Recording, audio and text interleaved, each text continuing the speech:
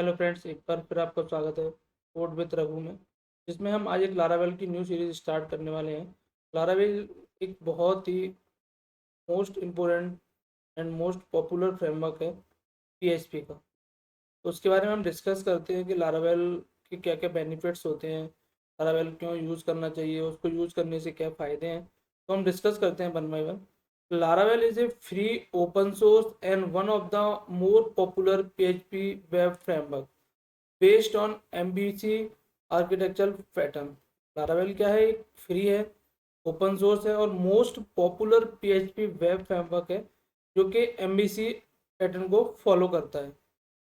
Laravel किसने बनाया था? लारावेल टेलर ऑक्टवेल ने जून 2011 में बनाया था, 2011 में बनाया था। लारावेल से हम क्या कर सकते हैं? लारावेल से हम एपीआईज क्रिएट कर सकते हैं और क्रिएट कर सकते हैं वेब एप्स, मतलब वेबसाइट्स भी बना सकते हो। और लारावेल से आप रेस्ट एपीआईज भी क्रिएट कर सकते हो, जो कि आप अपनी जो भी अगर आप आपका फ्रंट एंड रिएक्ट में है, एंगुलर में है, या आप मोबाइल ऐप बनाना चाहते हो, तो आप एपीआईज भी, रेस्ट एपीआईज भी क्रिएट कर सकते हो।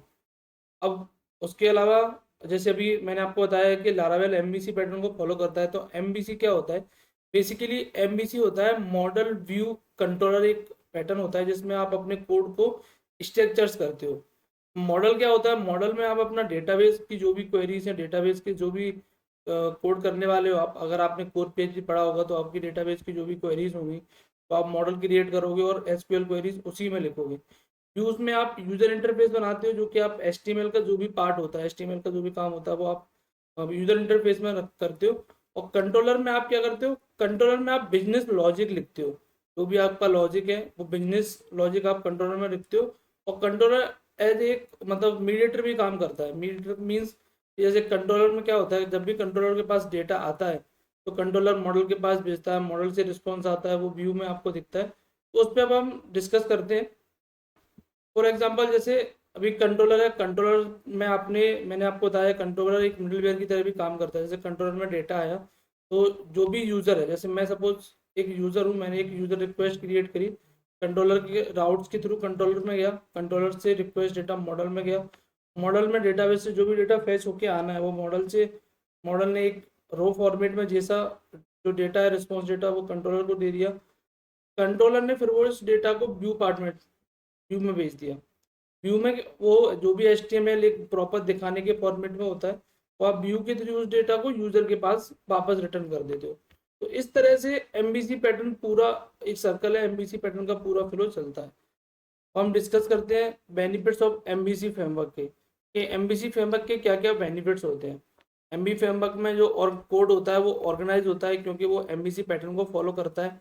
एमबीसी मैंने आपको बताया मॉडल व्यू कंट्रोलर को, तो आपका जो कोड होता है वो वेल ऑर्गेनाइज्ड होता है।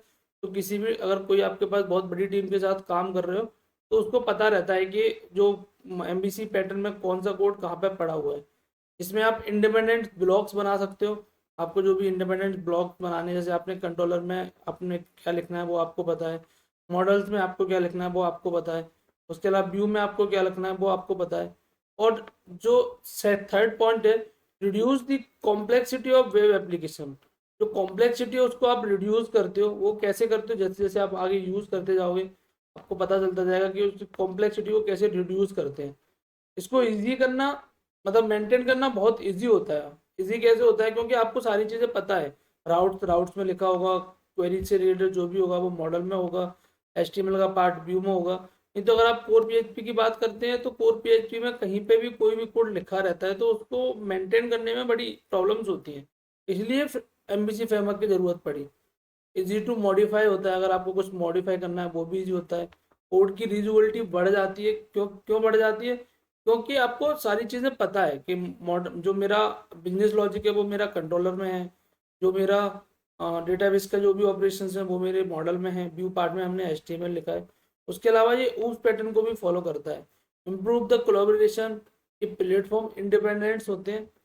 उसके अलावा अभी जैसे हम बात करते हैं कि कौन कौन से फ्रेमवर्क हैं बहुत ज़्यादा पॉपुलर हैं और हमको लारावेल ही क्यों यूज़ करना चाहिए।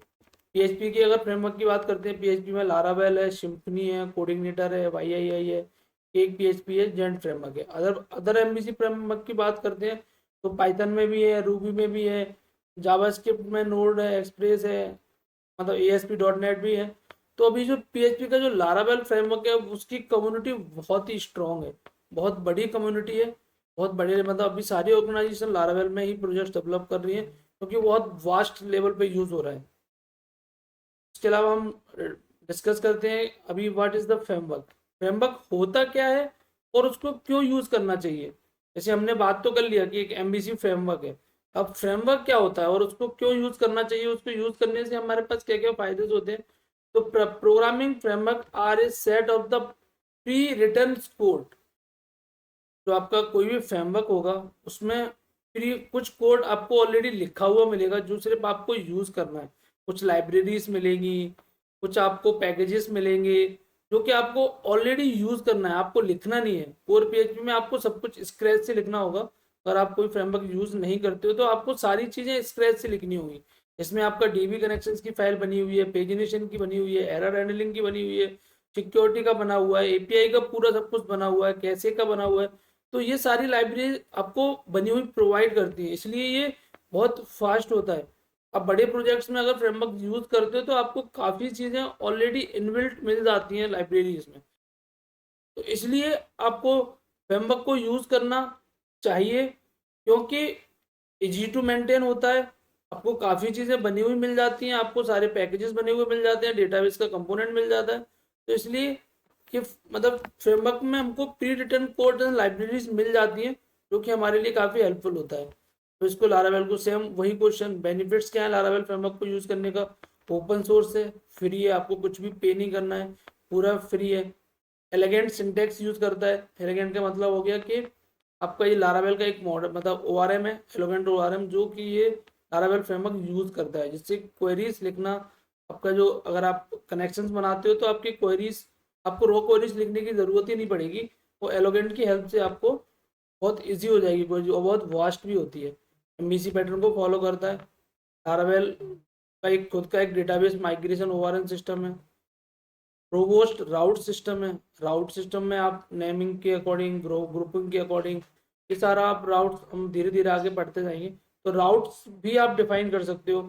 कमांड लाइन इंटरफेस प्रोवाइड करता है composer. Powerful template engine, blade template engine को यूज करता है जो कि बहुत पावरफुल है।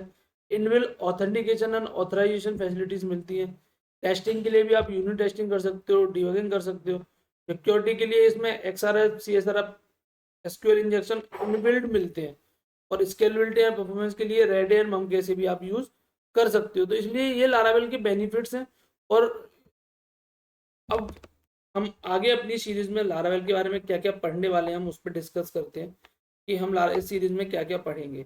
हम आर्टिशंस के बारे में पढ़ेंगे, राउट्स के बारे में पढ़ेंगे, राउट्स क्या होते हैं, व्यूज के बारे में पढ़ेंगे, प्लेट टेम्पलेट इंजन के बारे में पढ़ेंगे, कंट्रोलर्स क्या होते हैं, मॉडल्स क्या होते हैं, डेटाबेस क्या होते हैं, एलोगेंट URM क्या होता है, माइग्रेशंस क्या होते हैं, कैसे क्रिएट करते हैं, मिडिलवेयर क्या होता है, फॉर्म वैलिडेशंस क्या होते हैं और किस तरह से फॉर्म वैलिडेशन को हम यूज़ कर सकते हैं। तो एक प्री डिफाइंड वैलिडेशंस की लाइब्रेरी होती है, उसको यूज़ करके हम कैसे वैलिडेशंस को क्विकली यूज़ करके हम कर सकते हैं। ऑथेंटिकेशन को यूज़ कैसे करते हैं, फाइल अपलोड के लिए कैसे कर सकते हैं, API वैलिडेशन कैसे लगा सकते हैं। इसके बाद हम दो छोटे छोटे प्रोजेक्ट्स बनाएंगे, एक हम API के लिए एक CRUD प्रोजेक्ट बनाएंगे, दूसरा हम एक ब्लॉग का प्रोजेक्ट भी बनाएंगे।